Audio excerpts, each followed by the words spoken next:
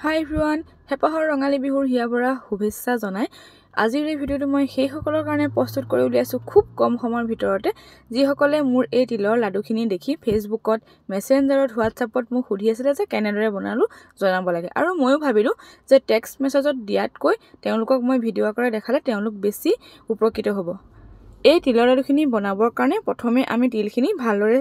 জাৰি ল'ব লাগিব কিয়নো তিলত বহুত কুটা থাকে লগতে বালিও থাকে সেই কাৰণে 5 বাৰকে ধুব যাতে বালিখিনি আতৰে আৰু তাৰ পাছত খুব সুকাৰটো দিব পাৰিলেটো খুবেই ভাল মই অৱশ্যে খুব সুকাৰটো দিব নোৱাৰিলো কিয়নো মই যত থাকো বৰ্তমান তাত বহুত বান্দৰ আছে সেই মই অলপ সময়ৰ কাৰণে পানীখিনি জুৱাকৈ তিলখিনি ৰ'দত দিলো তাৰ পাছত ইয়াৰ পাছত ভিডিওটো আপোনালোকে স্টেপ বাই স্টেপ চাওক গম পাব মই ভয়েস অভাৰটো ইমানতে সমাপ্ত কৰিছো আৰু ভিডিওটো আপোনালোকে উপভোগ কৰক লগতে আশা কৰিছো এই ভিডিওটো চোৱাৰ পাছত এবাৰ বহাগৰ বিহুত মোৰ ধৰণেৰে তিলৰ লাডুখিনি বনাই নিজৰ লগতে পৰিয়ালৰ লগতে এই তিলৰ লাডুৰ সোৱাদ ল'ব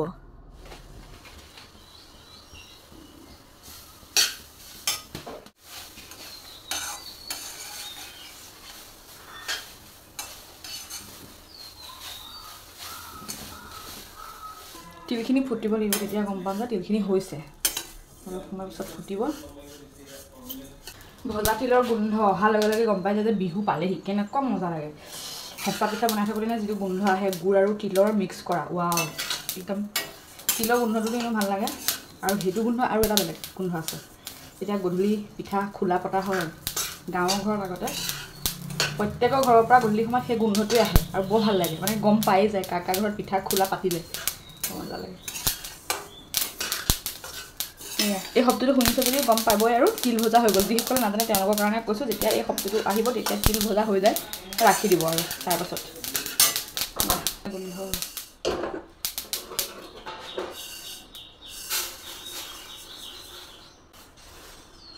এইখিনি তিল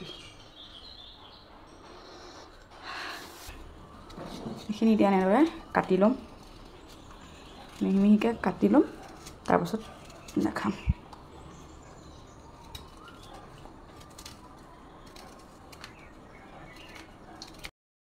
তিল যেহেতু মই কমকৈ আনিছোঁ তো এইখিনি গুড় হৈ যাব এয়া এইখিনিতে মই পগাই লাডু বনাম তিলৰ লাডুখিনিত মই কেইটামান মগজ দানা ব্যৱহাৰ কৰিছোঁ এইটো সম্পূৰ্ণ স্কিপ কৰিব পাৰে যদি আপোনালোকৰ দিব ইচ্ছা নাই বা যদি বৰ্তমান আপোনালোকৰ লগত মগজ দানা নাই মই মাত্ৰ সোৱাদটোনো কেনেকুৱা লাগিব সেইটো চাবৰ কাৰণে এই মগজ দানাখিনি ব্যৱহাৰ কৰিছিলোঁ কিন্তু খাবলৈ একদম সোৱাদেই হৈছিলে আপোনালোকে ব্যৱহাৰ কৰিবও পাৰে নকৰিলেও হ'ব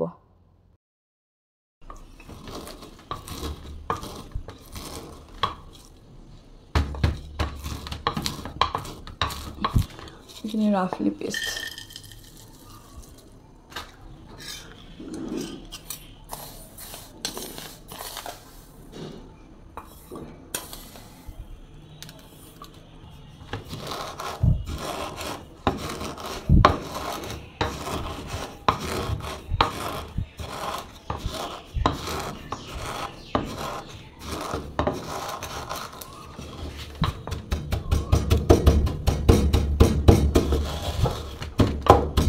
এইখিনি খুনিছো আৰু এইখিনি নাই খুনা আধা কৰি ল'লে হ'ল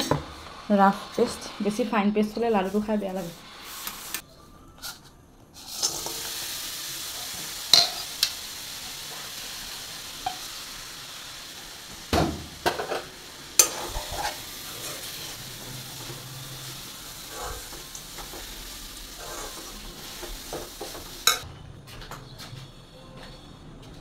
অকণমান পাতলাকৈ পানী দিব অকণমান দেই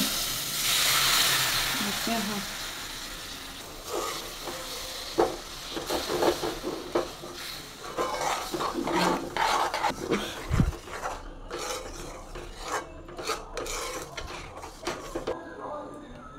মানে এয়া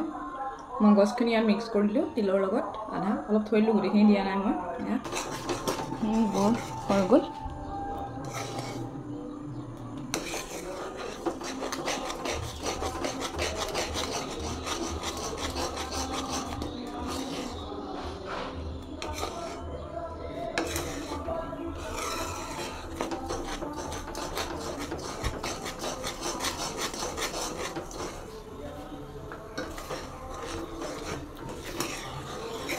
অফ কৰি দিব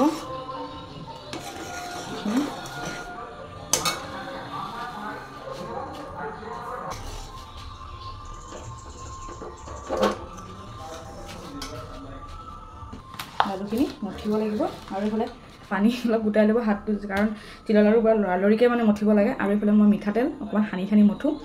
তিলৰ লাডু দেখিবলৈ ধুনীয়া হয় এয়া এতিয়া হওক সানো লাডু চেপ দিওঁ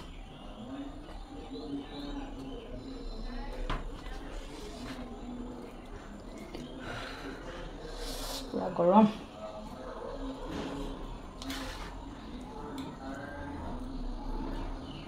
ঢিলা হৈছে বুলি নাভাবিব দেই তিলৰ লাডু কিন্তু পিছত টান হৈ পৰে